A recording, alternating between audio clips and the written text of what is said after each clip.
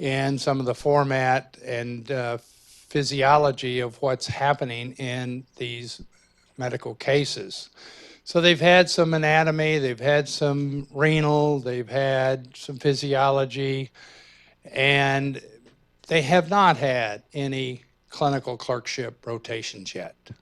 So having said that, they'll get all of that in their third and their fourth year of medical training. So this is what they've accomplished up to now. And this is part of their medical informatics course. The medical informatics course teaches the students how to resource concepts, how to get up to date in terms of research. So these presentations, which are taken from the New England Journal of Medicine, teaches the students how to work together as a group, work together in a very collaborative manner, and to learn how to present cases when they are with attendings as they enter into their clerkships. So having said that, I wanted to let you know that you're in for a treat. Dr. Dubin has held these students to a higher standard, and they're really held to the standards of first-year medicine residents. So having said that, we'll go ahead and get started with our first case, and I'll turn the microphone over to the first presenter. Thank you.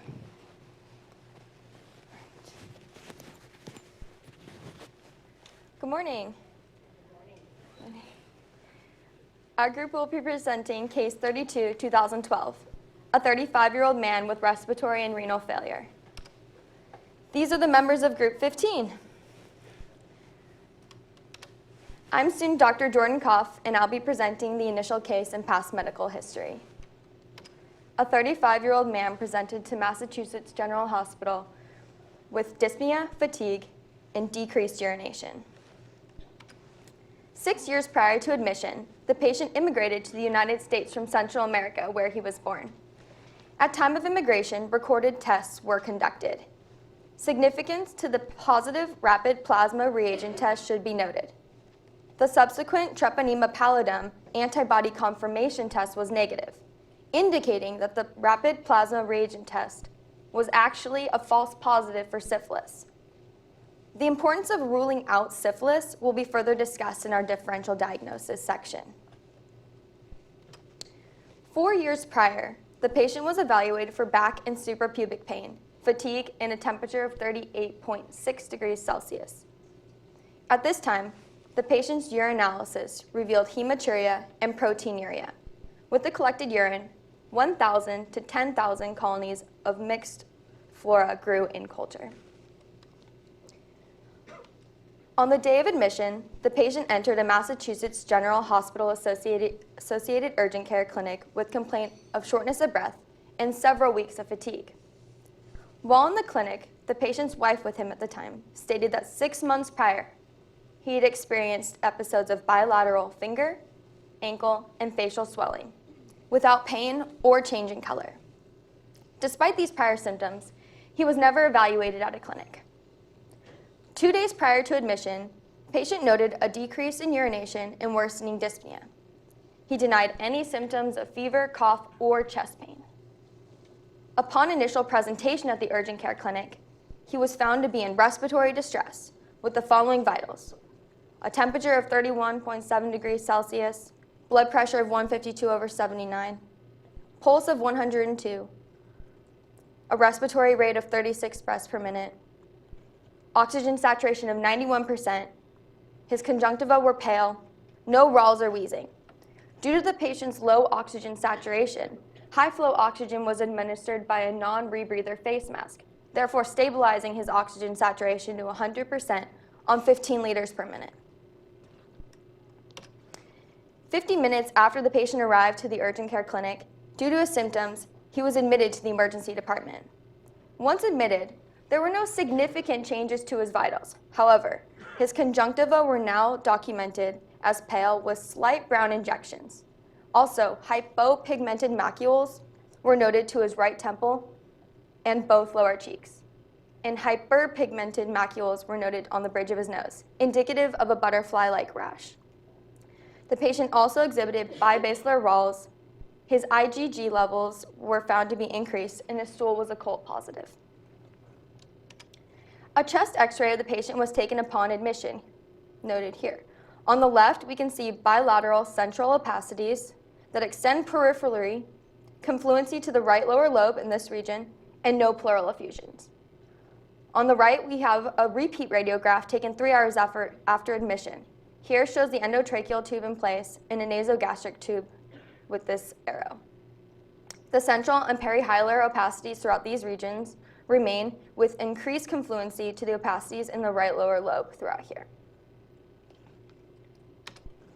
Many lab tests were then run on the patient.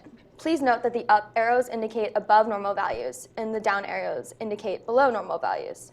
As far as his blood serum table, some important values to note are the extremely high anion gap, his elevated urea, nitrogen, and creatinine values, with the BUN to creatinine ratio calculated to be around 5.26, which is indicative of intrarenal problems, and a low estimated glomerular filtration rate, all depicting severe kidney failure. The patient also had low C3 and C4 values, indicative of hypocomplementemia. The low hematocrit and hemoglobin values are also important and will be further discussed in our differential diagnosis, but it should be noted that the patient was anemic at this time. For his coagulation panel, at time of admission, all values were elevated except for his platelets. Urinalysis shows high albumin levels, indicating possible basement membrane dysfunction in the glomeruli. 2 hours after admission, the patient developed tachypnea and appeared fatigued with no urine output. Due to these findings, propofol and fentanyl were administered, and his trachea was intubated, which was seen on the previous x-ray. Mechanical ventilation was initiated. The patient was then admitted to the intensive care unit. Upon admission to the ICU, a radial arterial catheter, a left internal jugular triple lumen catheter, and hemodialysis catheter were placed in the patient. A gram staining of sputum depicted an abundant amount of leukocytes with very few squamous cells and few mixed gram-positive and gram-negative organisms. Leukocyte-reduced red cells of 8 units during 23 hours were transfused, and the patient was also given potassium chloride, calcium gluconate, and bicarbonate due to his acidosis. Bronchoscopy revealed thick red mucus in the mainstem and right lower lobe bronchi. Bronchoalveolar lavage on the right lung with saline revealed red return with blood, which is indicative of a pulmonary hemorrhage. 2 days after admittance, the sputum culture revealed growth of few gram-negative bacteria, Klebsiella, for which he received vancomycin, cefepime, and ciprofloxacin. CT angiography of the patient's chest was performed according to a protocol for a pulmonary embolus. The first image here on the left, we see a small right pleural effusion in this region. The middle image depicts bilateral ground glass opacities bilaterally, more prominent here on the right side. Also, we see interlobular septal thickening, pointed out by this arrow, and here's the small pleural effusion. This is a coronal view, which shows the bilateral central ground glass opacities as well, and here's the nasogastric tube in place. Now I will hand off the presentation to student Dr. Bridget Craigie for discussion of the differential diagnosis.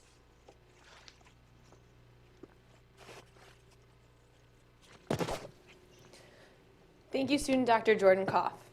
I am student Dr. Bridget Craigie, and I will present the differential diagnosis.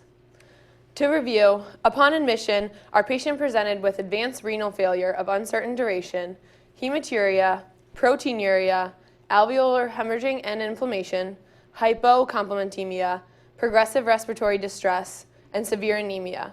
It is also important to note our patient complained of edema at 6 months prior to admission and had a false positive syphilis test 4 years prior. This information helped us create a differential diagnosis. Each of these diagnoses will be discussed sequentially. Anti-glomerular basement membrane antibodies disease is an autoimmune disease due to autoantibodies against the non-collagenous domain of type 4 collagen, a component of both glomerular and alveolar basement membranes. It is commonly associated with lung hemorrhage, mostly in young men. Our patient presented with severe lung hemorrhage in addition to hematuria and proteinuria consistent with anti-GBM. Our patient's hypocomplementemia is inconsistent with the expected normal to increased complement levels. In addition, bronchoalveolar lavage revealed inflammation and hemorrhage, all of which would argue against anti-GBM as the diagnosis. An ELISA test, or an enzyme-linked immunosorbent assay, was ordered to test for the presence of anti-GBM antibodies in our patient's blood. The test was negative, making anti-GBM less likely to be our diagnosis.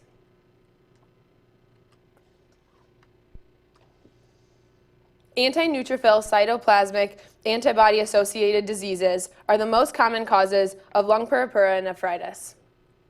ANCA-related diseases involve autoantibodies to neutrophil cytoplasmic contents, leading to respiratory bursts and damaging vasculature. Two types of ANCA diseases considered are granulomatosis with polyangiitis and microscopic polyangiitis. Our patient's hematuria, proteinuria, dyspnea, and pulmonary hemorrhage are consistent with ANCA-associated diseases.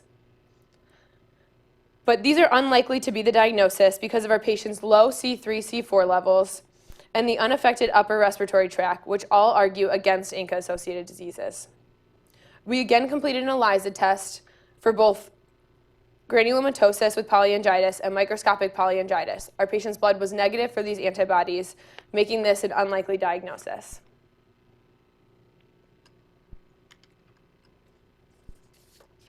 Before dialysis was invented, patients with advanced renal failure were prone to increased levels of urea in the blood. This increase in urea can affect organ function, including lung function, and this is known as uremic pneumonitis. Symptoms often include dyspnea, hypoxemia, pleural effusion, alveolar hemorrhage, and pulmonary infiltrates. All of these were present in our patient. Increased BUN levels, radiographic images of the chest, and the increase in lung function upon dialysis also point to uremic pneumonitis. However, this diagnosis would not explain the original cause of the renal failure. Uremic pneumonitis could have been a contributing factor to the presentation of the patients, but it was not thought to be the underlying cause.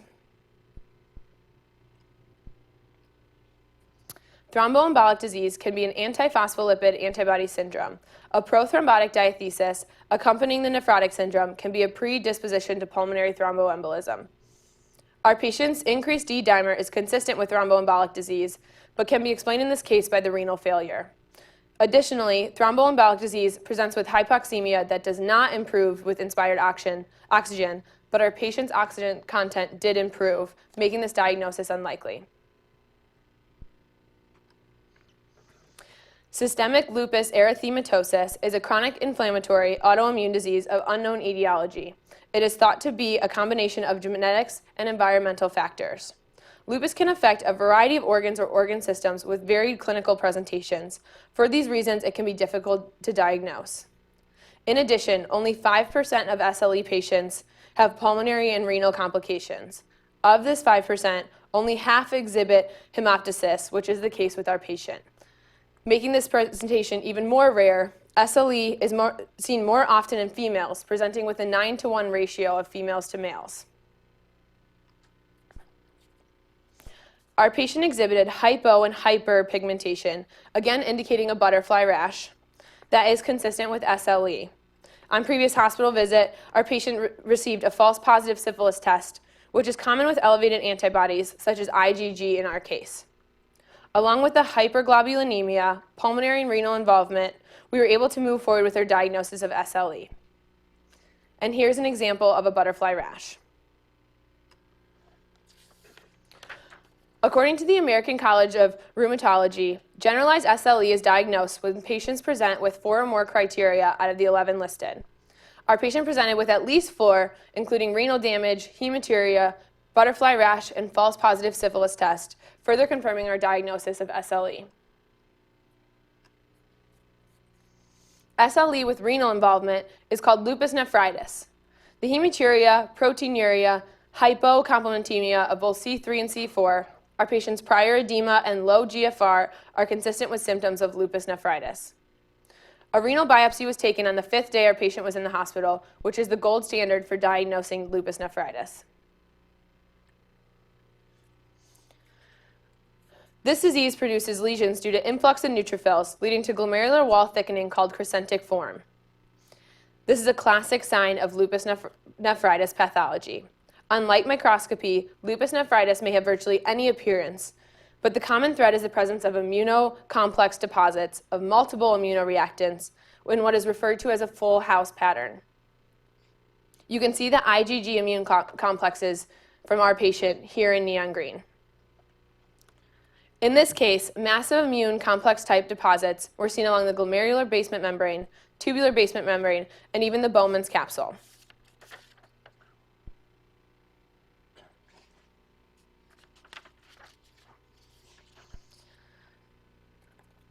The World Health Organization classification of lupus nephritis is based on glomeruli alone.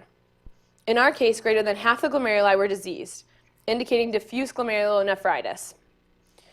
There was also global involvement, meaning proliferative glomerulonephritis, and greater than 50% of the glomeruli, classifying our patient as class 4 SLE with renal complication. This is the most common form.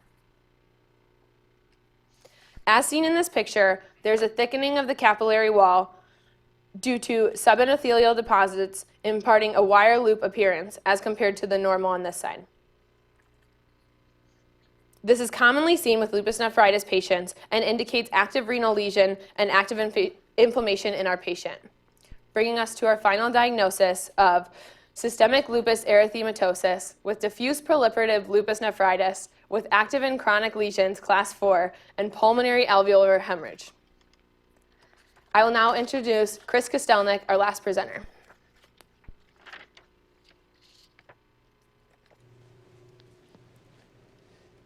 Thank you, Student Dr. Bridget Craigie. I am Student Dr. Chris Kostelnik, and I will be presenting the final portion of our presentation, which includes the treatment, research, prognosis, legal considerations, and patient education.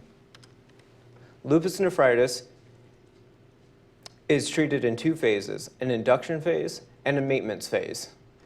The goal of the induction phase is to reduce inflammation and immunologic activity.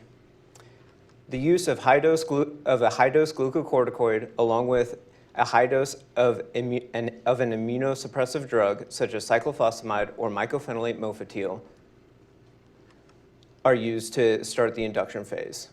Neither drug is preferred as they both have severe side effects along with equal treatment failure. The goal of the maintenance phase is to sustain the response from the induction phase, and lower doses of glucocorticoids and immunosuppressive drugs are used. Emerging research and clinical trials in the treatment of lupus nephritis have focused on alternatives for immunosuppressive therapies, with high focus of biologics. Rituximab, which targets CD20 antigen present on B lymphocytes, has shown early promise, but has recently shown mixed results in showing better efficacy over the standard therapies. Belimumab has shown great promise in treating SLE, but has yet to be studied in patients with lupus nephritis. Our patient was treated in the hospital with prednisone, heparin, which was then transitioned to warfarin, and an IV cyclophosphamide regimen of 500 milligrams every 2 weeks for 6 weeks. He was discharged on day 11 with outpatient dialysis 3 times a week, and declined to follow up to the referred nephrology or rheumatology service to continue the IV cyclophosphamide. While at the dialysis clinic, he received prednisone and cyclophosphamide orally, but did not adhere well to it, and he declined to take the warfarin. His urine output resumed, and at 6 months, the cyclophosphamide was discontinued and dialysis was reduced to 2 times per week. His kidney function continued to improve, and at 15 months, prednisone was discontinued, and he was discharged from the dialysis center. And at 22 months after his discharge from the hospital, his BUN to creatinine ratio was less than 10, which indicates kidney damage, as well as a possible future need for a kidney transplant.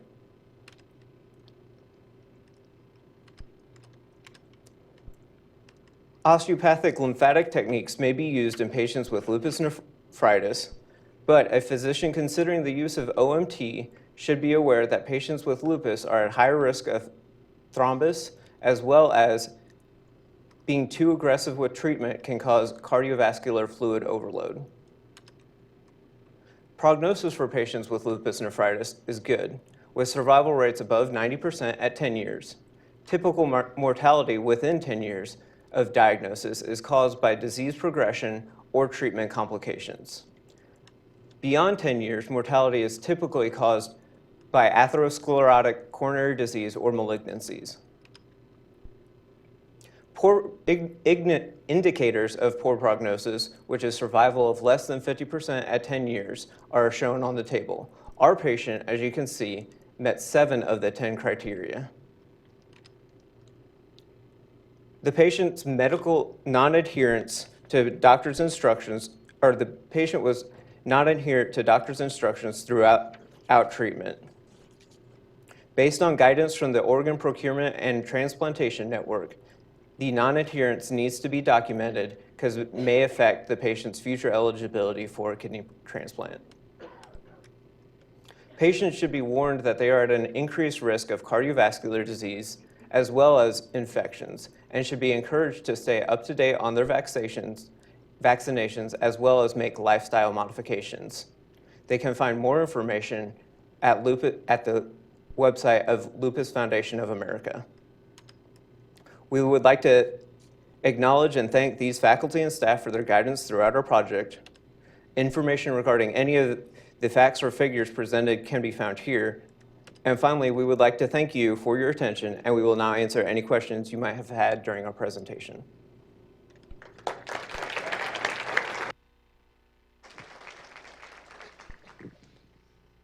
Well, why don't we just go ahead and start? Those of you that are ready for your questions, you want to start on this side first?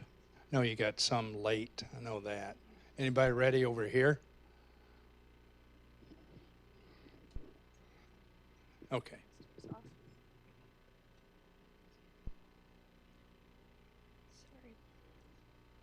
So, yeah. One of the questions was, why do you get a false positive syphilis test with SLE?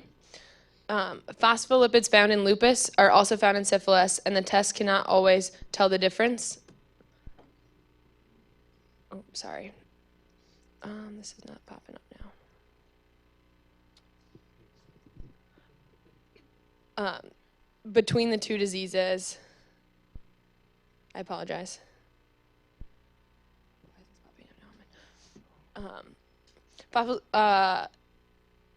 A positive result to a syphilis test does not mean that you have or have ever had syphilis. Approximately 20% of those with lupus will have a false positive syphilis test result. I apologize.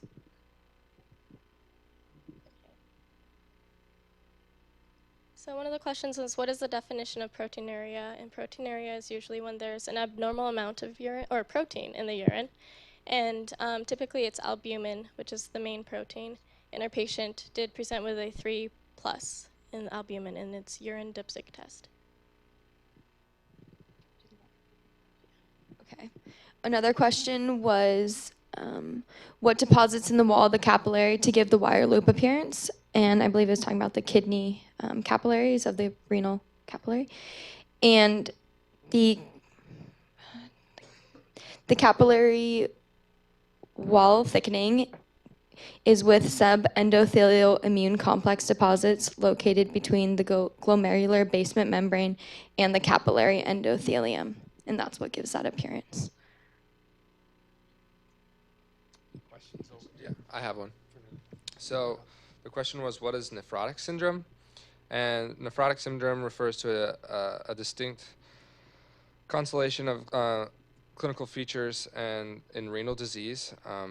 It's specifically defined by the presence of heavy proteinuria greater than 3.5 grams in 24 hours, hypoalbuminemia less than 3 grams per deciliter, and then peripheral edema, and then also hyperlipidemia and thrombotic disease are also frequently observed in nephrotic syndrome.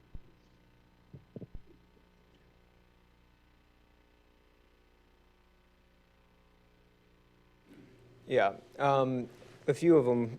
The there was a question about whether or not what the patient's prognosis was, and based on the table I presented, it would have most likely been poor. Also, his BUN2 creatinine ratio was still less than 10 at 22 months out, which, like I said, indicates kidney or damage to his kidneys. Also, why did patient decline or discontinue several treatments? Usually noted in several of the research studies looking into alternative medicines, there are significant side effects with immunosuppressive therapies that many people end up not adhering to them because of them. Major side effects of cyclophosphamide include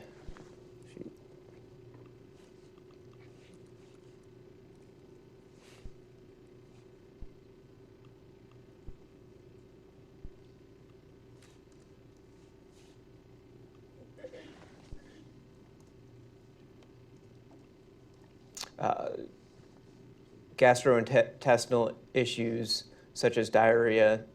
They also can damage the urinary bladder, as well as causing suppression of your immune system, which ends up causing a lot of issues with more easily developing infections.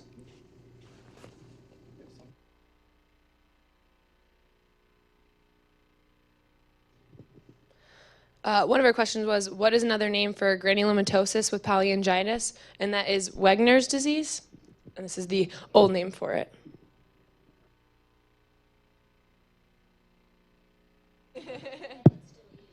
That's right. Yeah, that transition, it takes a little while to evolve. But I think if you look back, if you go back over, I think it was this doctor's first slide, or their second slide perhaps. No, it's fine. It referenced this RPR result. Hence, that was a false positive from the get-go. And then if you look at all those manifestations of lupus, then you look back in hindsight, sometimes you can't make that diagnosis up front on day one. But over time, as things start to pull together, you put the pieces together, it starts to fill in. So as Dr. Dubin likes to do periodically, if you had to say, what are the 3 take-home messages that you want your colleagues to learn and understand, what would those take-home messages be? Anybody? What'd you learn from this? I learned that renal failure can have vast systemic effects that may not be obvious that it's renal failure at that time, such as our pulmonary symptoms that could be deceiving in the clinic. The kidneys involved, everything's involved.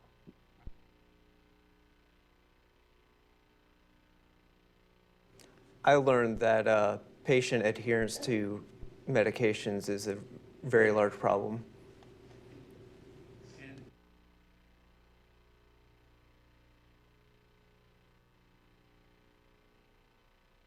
to those instructions, likelihood of transplantation, committee buying into he's a good candidate, he's just kind of excluded. Yeah, based on the medications that he was non-adherent to. They do talk about on their guidance fact sheet of that some non-adherence may be acceptable depending on what that non-adherence is, but when you're not taking major medications that are needed for treatment, you're probably going to be excluded. Also how doctors work through different cases. depending on the circumstances, deciding on what to do as far as this patient, whether to give him the blood thinners or to deal with the thought as far as him developing a pulmonary embolus, or give him the blood thinners despite he's bleeding into his lungs and into his urine, and how you sort of weigh the different odds of what's most beneficial for the patient when they both seem it could go either way at some point.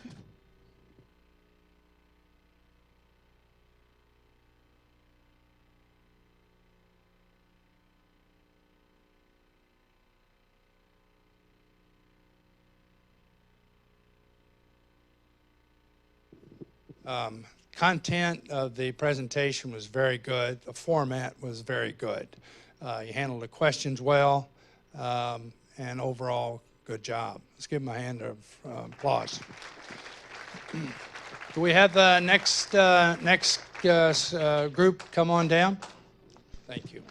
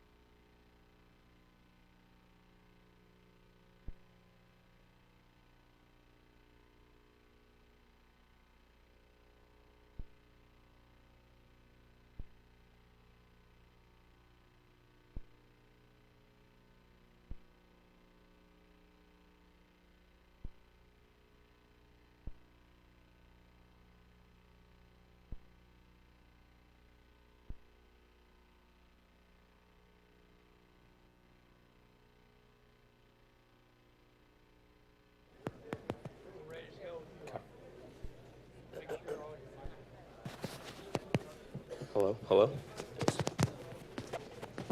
Hello. Good morning. We are group number 16, and we will be presenting case number 40 from 2004 from the case records of Massachusetts General Hospital, a 42-year-old woman with long-standing hematuria. Here are the group members of group 16. My name is student Dr. Brian Lesage, and I'll be presenting the background information on the case.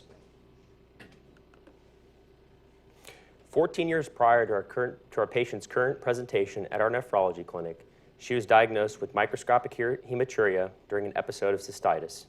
At this time, an intravenous pyelogram was performed, which showed a urethral stricture. Our patient's urine analysis performed at that time showed 10 to 20 red blood cells per high-powered field with 1+ proteinuria.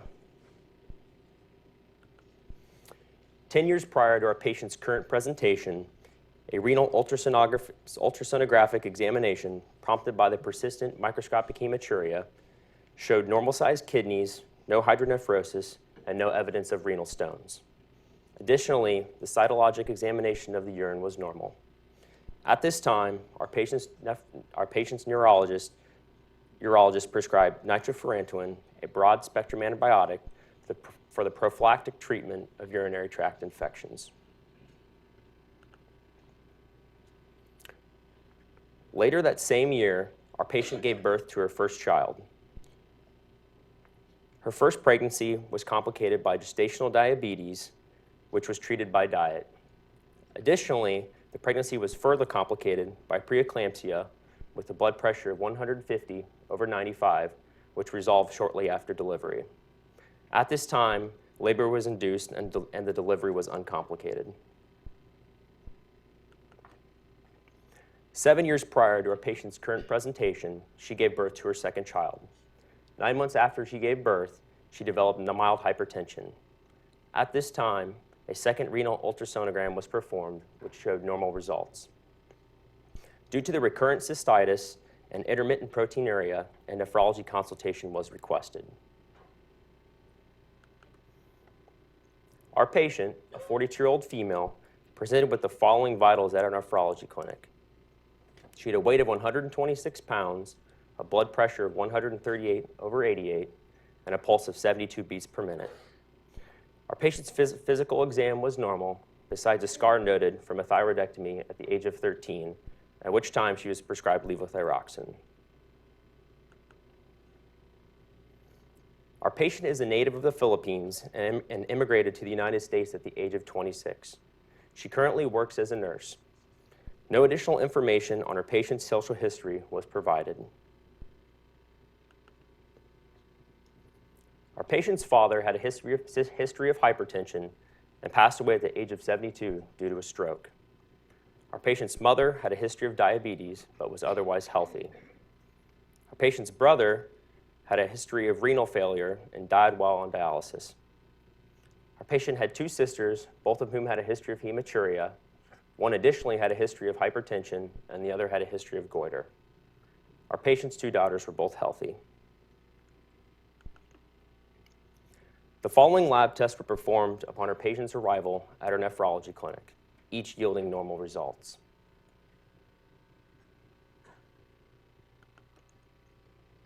Serologic tests showed a positive hepatitis B antibody and a negative hepatitis B antigen, which is congruent with previous vaccination. Urinalysis showed 20 to 50 red blood cells per high-powered field with +1 proteinuria. Additionally, a 24-hour urine collection was performed at the time, which showed 1,600 milliliters of urine collected and 160 milligrams of protein. Additionally, we performed a microscopic exam of urinary sediment. This showed 2 red blood cell casts as well as dysmorphic red cells. At this time, our patient was placed on lisinopril. Lisinopril is an angiotensin-converting enzyme inhibitor that causes dilation of the efferent arteriole and a reduction in intraglomerular pressure. Here's a picture of what the dysmorphic red blood cells look like. Dysmorphic red cells are red cells that have undergone microtrauma while traversing a diseased glomerular basement membrane. Such trauma results in changes including loss of biconvexity and the appearance of membrane blebs. Here's an image of what the red cell casts look like. Red cell casts are indicative of microscopic bleeding within the kidney. At this time, I'd like to welcome student Dr. Mark Larson-Halleck to discuss our differential diagnosis.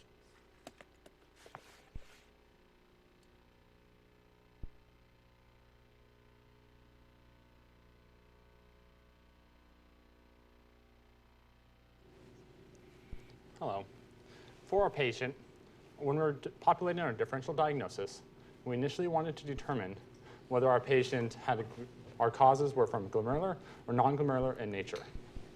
For non-glomerular, our causes were nephrolithiasis, papillary necrosis, cystic diseases, renal neoplasms, and bladder cancer.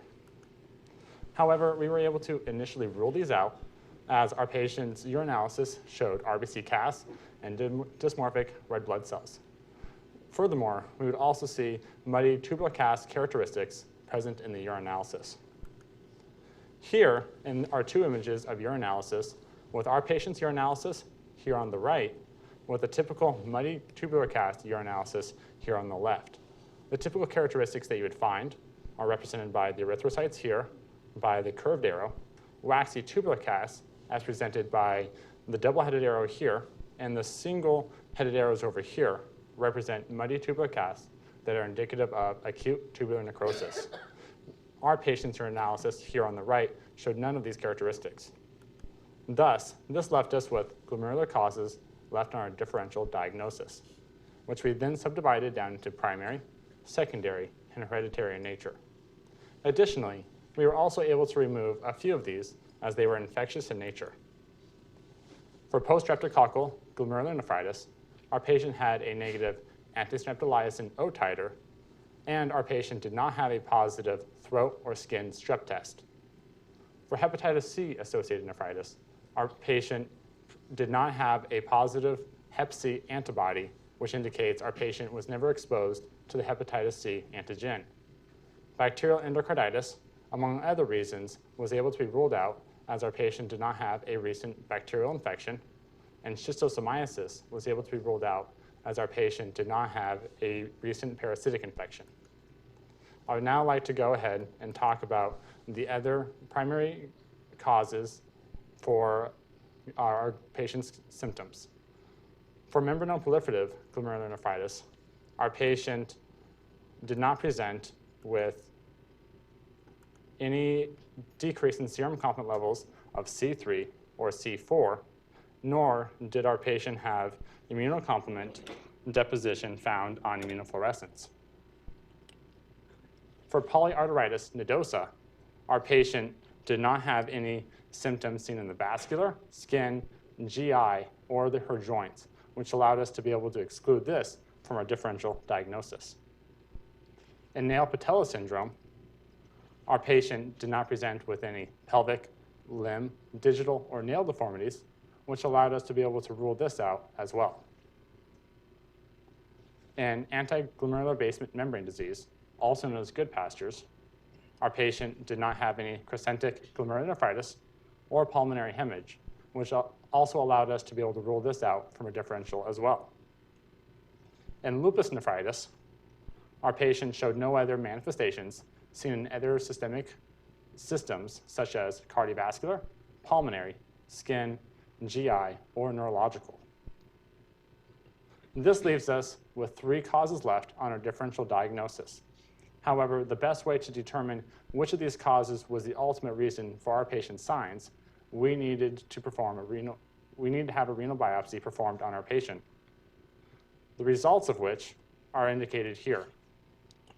Our patient's results, as demonstrated by light microscopy of one of our patient's glomerulus, is presented here on the left, whereas a healthy, unaffected patient's glomerulus is represented here on the right. Notice the many numerous nuclei that you see here on the left as compared to the healthy, unaffected individual on the right shows hypercellularity of the mesangial cells.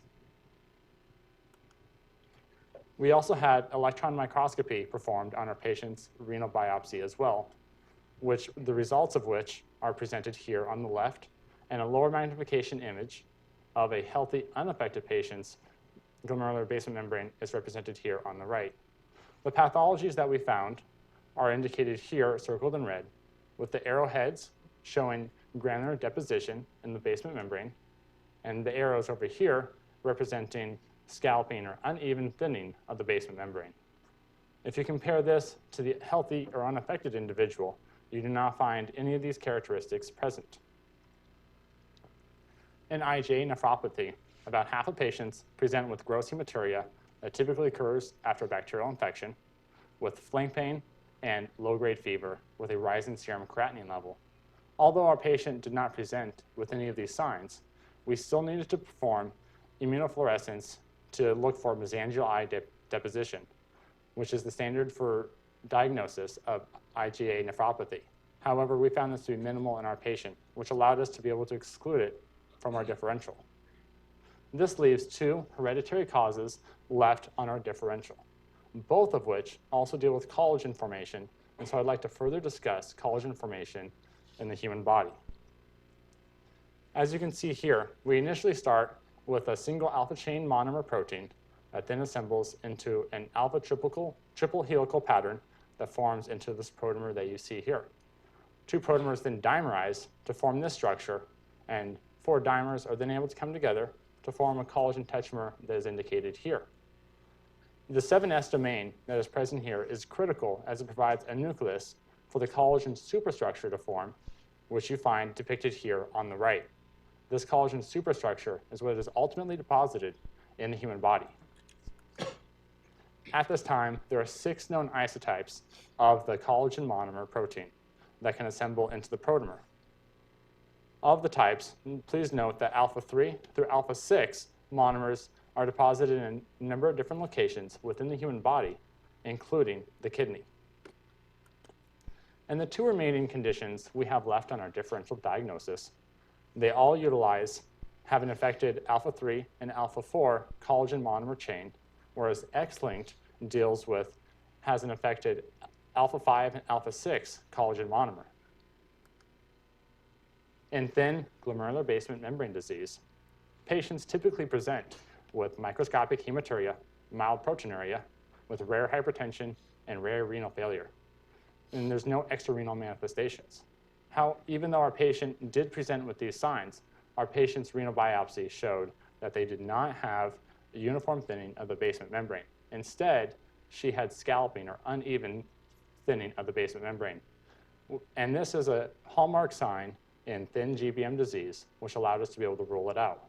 Furthermore, thin GBM disease is also inherited in an autosomal dominant pattern, which we would find to be evident in our patient's pedigree.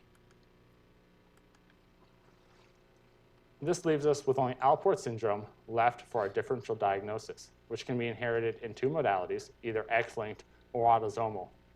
With the best way to determine which our patient had is to examine whether the alpha-3 and alpha-4 monomer chains were affected or the alpha-5 and alpha-6 monomer chains were affected. Thus, we had immunofluorescence performed to look for the alpha-5 collagen monomer protein. If you look here to the left, this is a healthy or unaffected patient, and then here on the right is our patient's results staining for the alpha-5 collagen monomer. In the healthy or unaffected patient, the staining is even across the entire length, and then here on the right, you can see uneven deposition of the alpha-5 collagen monomer, which has allowed us to confirm that our patient had X-linked Alport syndrome. The clinical presentation of X-linked Alport syndrome is dependent upon whether it's inherited as a homozygous or a heterozygous in the patient, which typically means whether the patient is male or female, as it is highly unlikely for a female patient to inherit two affected X chromosomes. In male or homozygous patients, they present with anterior lenticonus, retinal granulations, bilateral sensorineural hearing loss, and eventual renal failure. In heterozygous or female patients, they present with microhematuria, proteinuria, and a variable in expression of other symptoms due to lionization, as they had variable methylation pattern of their X chromosomes during development. We were also able to further confirm X-linked Alport syndrome in our patient by examining our patient's family's pedigree. Our patient is depicted here with the arrow, and our patient's father up here did not have any renal symptoms that were known, and so it is likely that our patient's mother was in fact the carrier for the affected X chromosome, which was passed down to our patient, and also likely her two sisters, since they both had mild renal manifestations as well. At this time, we should also consider that our patient's brother also was affected with X-linked Alport syndrome, as he died from renal failure at an early age. Now, I would like to introduce student Dr. Troy Lewis for treatment, ethical considerations, and osteopathic indications.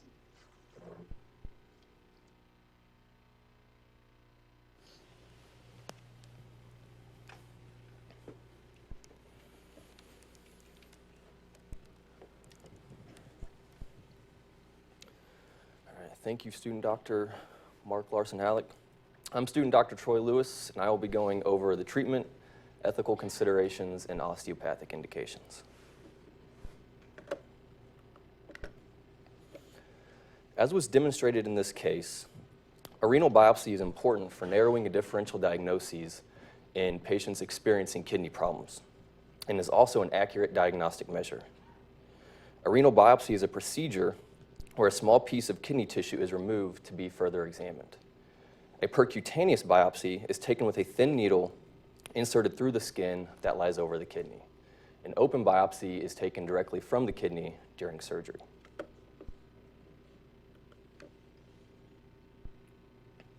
With a renal biopsy, Alport syndrome can be identified by observing the unique changes in the glomeruli blood vessel walls, as well as testing for the absence of type 4 collagen. However, for X-linked Alport syndrome specifically, skin biopsies may be used to look at the type 4 collagen alpha-5 chain within the skin. While not applicable for autosomal recessive or dominant forms of Alport syndrome, skin biopsies prove to be a much less invasive method. If biopsies still yield inconclusive evidence, it's recommended genetic testing be completed for a more firm diagnosis. According to Adam et al. In a 2013 study, genetic testing was stated to be more accurate than biopsies for a couple of different reasons, one of which is due to the chance of obtaining insufficient biopsy material, with another being the possibility for misinterpretation or mistranslation from description leading to a misdiagnosis. There is currently no known cure for Alport syndrome, so most treatment revolves around ways to delay the loss of kidney function.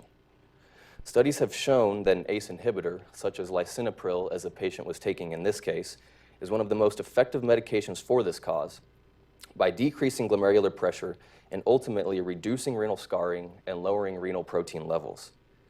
Other medications, such as angiotensin receptor blockers and aldosterone inhibitors, have been found to show similar benefits and are commonly used in conjunction with one another. Not only are these medications proven to be effective, they are also inexpensive with minor possible side effects and can be taken safely by children as well. Since, as stated earlier, there is currently no cure for Alport syndrome, it has been shown that early recognition and treatment helps in delaying kidney damage. Due to this, genetic testing is recommended in children who are at risk, so steps can be taken as soon as possible to limit the loss of kidney function. With this in mind, and the significance of genetic testing in detecting Alport syndrome, there are many ethical questions that arise. Both of the patient's daughters in this case are carriers of the disease and risk passing their genes to their offspring. So is it in their best interest to have children? Genetic testing may also ruin health and life insurance possibilities due to genetic discrimination. If a detrimental gene is found in one family member, should possible carriers also be made aware, even against the patient's discretion? In addition, prenatal testing is also an option for detecting X-linked Alport syndrome, which gives rise to the possibility for elective abortions. There are also indications for OMT with this disease. Hypertension is a possible associated symptom which may cause further complications, so management is important. In a study by Serratelli et al. In 2009, various osteopathic myofascial treatments performed on different body parts of patients that demonstrated TART findings routinely for 12 months was shown to improve intima media thickness and systolic blood pressure. This study concludes that OMT can be a useful adjunct with other antihypertensive medications, though the study does have its limitations. The sample size was not randomized and was relatively small at only 31 subjects, and the mechanisms as to why the OMT yielded these results is still not well understood. Due to somatovisceral reflexes from the kidneys within the T12 through L2 area, somatic dysfunctions observed in this region may be indicative of renal problems, suggesting further testing may be necessary. Due to the rare incidence of Alports and its slow progression, studies are somewhat difficult to conduct, but stem cell research offers a promising alternative to current treatment. A recent study using mouse models have shown that knockout mice, given stem cell-derived bone marrow, can regenerate certain alpha chains of type 4 collagen in the glomerular basement membrane and repair defects. Another study using mouse models showed that recipients of bone marrow transplantation had marginally improved renal function due to an increased expression in type 4 collagen. Even imperfect kidney repair delays the onset of proteinuria and end-stage renal disease. While further research still needs to be conducted before clinical trials will begin, there is great optimism to one day change this disease from merely a treatable one to curable.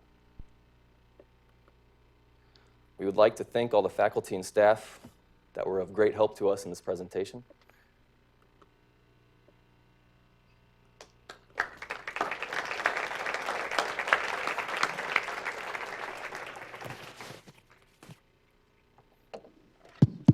We'll go ahead and start with questions. Who wants to go first? Our first question was, what are indications of labor induction? And the indications for labor induction include gestational or chronic hypertension, preeclampsia, eclampsia, diabetes, premature rupture of membranes, severe fetal growth restriction, and post-term pregnancy. The next question was, what causes papillary necrosis? Renal papillary necrosis usually occurs with analgesic nephropathy. However, a number of other causes are known, including diabetic nephropathy, pyelonephritis, kidney transplant rejection, sickle cell anemia, urinary tract blockage, and sickle cell anemia is also a common cause of renal papillary necrosis in children. Another question was, what does the quantification of +1 proteinuria mean in terms of the amount of protein in the urine? And so the proteinuria, when it's measured on the dipstick, can range from negative to +4, and +1 would just mean a range of around 30 to 100 milligrams per deciliter in the urine.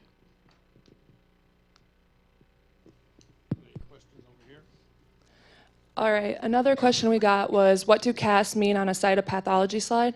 So we referred to two kinds of casts. The first one was red blood cell casts, and these are urinary casts that contain a matrix of red blood cells in various stages of degeneration.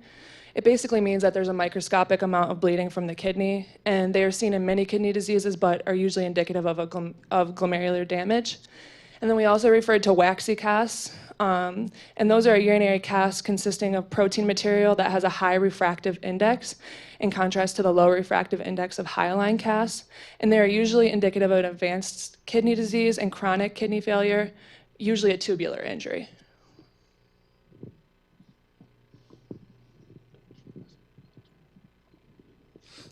Okay, I will answer two questions that are kind of related. So the first one is, what is lionization? And that lionization just refers to, at birth, females are presented with 2 X chromosomes when they only need, each cell only needs 1 copy. And so the body goes through and turns off each one in turn randomly in each one of the body cells, so that you only have 1 working copy in each cell. And so this process called methylation is what ultimately causes lionization in patients, or in everyone. And then another question was, why didn't the patient have problems with hearing? And this stems down to the patient was a heterozygous carrier. And so they still had 1 working copy of the gene that coded for the alpha-5 collagen monomer protein. And so when you're creating the collagen in the patient, you at least have 1 working copy, and so you're able to deposit some working collagen inside the cochlea, and so this allowed them to still be able to hear, whereas males would have a much harder time with this, as they don't have any working copies since they're affected with X-linked Alport syndrome. Very good. Other questions?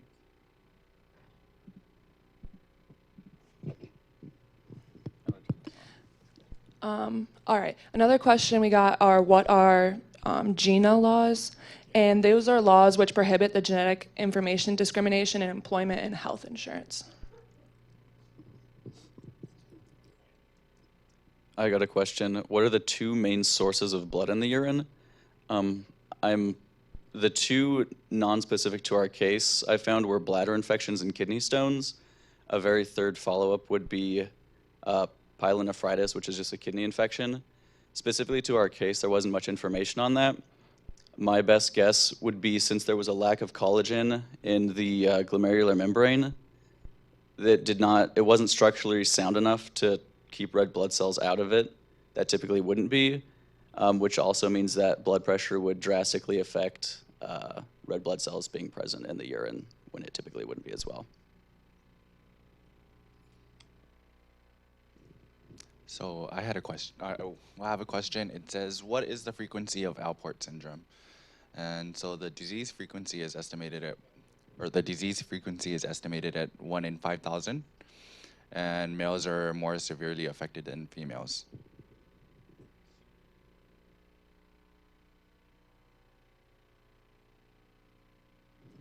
Well, that's the way medicine goes. Just your luck, you get that 1 out of 5,000. good content, and your presentations, I thought, in terms of formatting the material, were done very, very well. Your answers are very concise and clear and easily explained, so that's a good job. Now, the take-home message is, you had to leave 3 messages to your colleagues. What would you say about this case?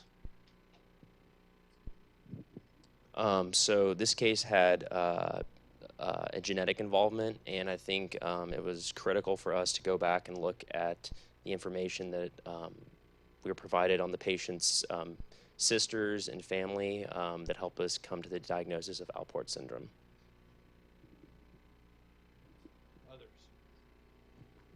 I think another key is getting a good social and family history. We didn't have a lot of that in this case, and I think that could have been really beneficial to diagnosing this sooner, because there is no cure, so we do just have to do symptom management, and so if we would have known earlier, you could have managed the symptoms a little better.